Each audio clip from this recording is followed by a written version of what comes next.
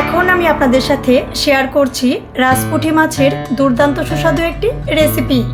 সুস্বাদু এই রেসিপিটি ঠিক একই রকমভাবে করে নেওয়ার জন্য কোনো প্রকার স্কিপ না করে সম্পূর্ণ ভিডিওটি আমার সাথে থেকে দেখে নিন।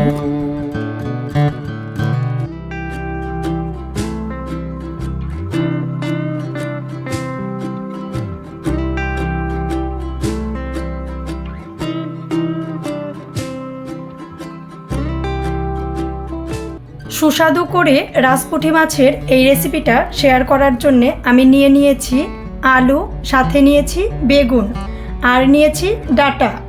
আলু, বেগুন আর ডাঁটা দিয়ে রাজপুঁটি মাছের এই রেসিপিটা কিন্তু খুবই বেশি সুস্বাদু হয়।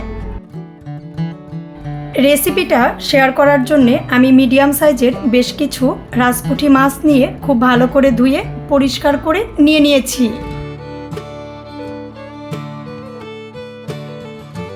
সুস্বাদু করে এই রেসিপিটি করে নেওয়ার জন্যে বেশ অনেকগুলো পেঁয়াজ আমি কুচি করে কেটে নিয়েছি। এর সাথে আরও নিয়েছি চিড়ে নেওয়া কাঁচামরিচ। রাজপুঁটি মাছের এই রেসিপিটা করে নেওয়ার জন্যে প্রথমত মাছগুলো ভেজে নেওয়ার জন্যে দিয়ে দিচ্ছি হাফ চামচ লবণ।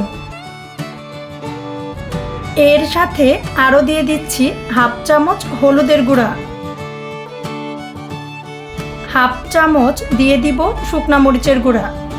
হলুদ, মরিচ আর লবণ দিয়ে মাছগুলো হাতের সাহায্যে বেশ অনেকটা সময় নিয়ে খুব ভালো করে মাখিয়ে নিব। মাখিয়ে নিয়ে রেস্টে রেখে দিব 15 মিনিটের জন্যে। যে কোনো প্রকার মাছ ভেজে নেওয়ার জন্যে কড়াইটা খুব ভালো করে গরম করে নিতে হবে। কড়াই খুব ভালো গরম হয়ে কড়াই থেকে ধোঁয়া ছাড়া শুরু করলে দিয়ে দিচ্ছি তেল। তেল দিয়ে দেওয়ার পর তেল খুব গরম হয়ে গেলে তেল থেকে ধোঁয়া ছাড়া শুরু করলে মাখিয়ে নেওয়া মাছগুলো দিয়ে দিচ্ছি।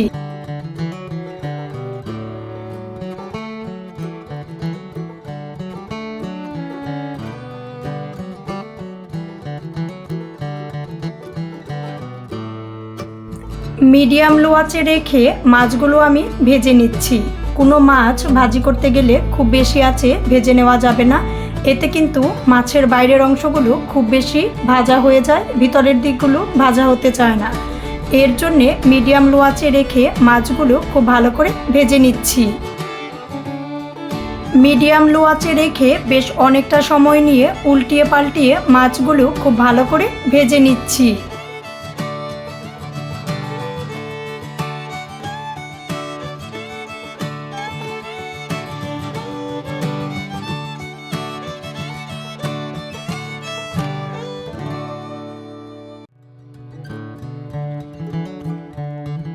রাজপুঁটি মাছের এই রেসিপিটা করে নেওয়ার জন্যে গরম কড়াইতে তেল দিয়ে দিয়েছি শুকনা মরিচ। শুকনা মরিচ কিছু টাইম ভেজে নেওয়ার পর দিয়ে দিচ্ছি তেজপাতা।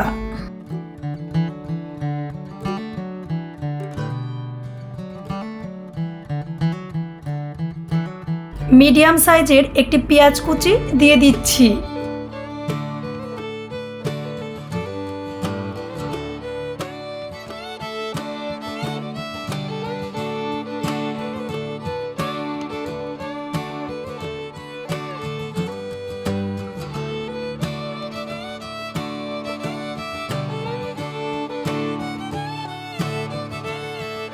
মিডিয়াম লো আঁচে রেখে বেশ অনেকটা সময় নিয়ে খুব ভালো করে ভেজে নেওয়ার পর দিয়ে দিচ্ছি অল্প পরিমাণে জিরা। বেশ কিছু টাইম খুব ভালো করে ভেজে নেওয়ার পর আলু আর ডাঁটাগুলো দিয়ে দিচ্ছি। আলু আর ডাঁটাগুলো দিয়ে দেওয়ার পর মিডিয়াম লো আঁচে রেখে আমি বেশ কিছুটা সময় ভেজে নিচ্ছি।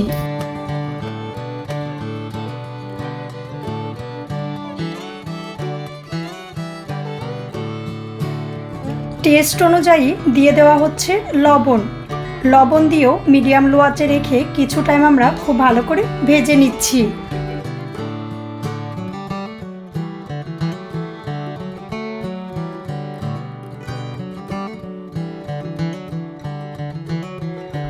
বেশ কিছু টাইম খুব ভালো করে ভেজে নেওয়ার পর দিয়ে দিচ্ছি পিস করে নেওয়া বেগুন।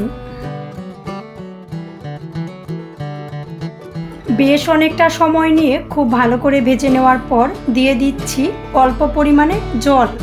শুকনা মশলাগুলো ব্যবহার করার আগে জল দিয়ে নিলে মশলাগুলো পুড়ে যায় না, এর জন্যে জলটা আমি আগে দিয়ে নিয়েছি। হাফ চামচ দিয়ে দিচ্ছি হলুদের গুঁড়া, হাফ চামচ দিয়ে দিচ্ছি শুকনা মরিচের গুঁড়া। আমি আমার টেস্ট অনুযায়ী শুকনা মরিচের গুঁড়াটা দিয়ে নিয়েছি, আপনি আপনার টেস্ট অনুযায়ী দিয়ে নেবেন। হাফ চামচ দিয়ে দিচ্ছি ধনিয়ার গুঁড়া। সমস্ত কিছু দিয়ে দেওয়ার পর মিডিয়াম লো আঁচে রেখে বেশ অনেকটা সময় নিয়ে খুব ভালো করে কষিয়ে নিচ্ছি।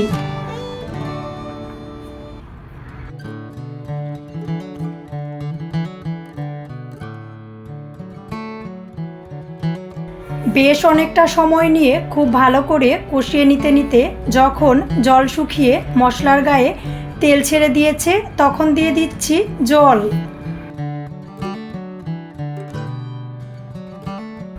জল দিয়ে দেওয়ার পর চুলার আঁচ বাড়িয়ে নিয়ে রান্না করে নিচ্ছি 4 থেকে 5 মিনিটের মতো।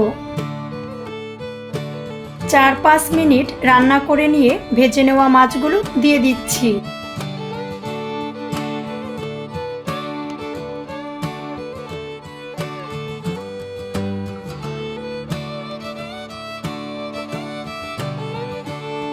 বেশ কিছু টাইম রান্না করে নিয়ে দিয়ে দিচ্ছি হাফ চামচ ভাজা জিরার গুঁড়া।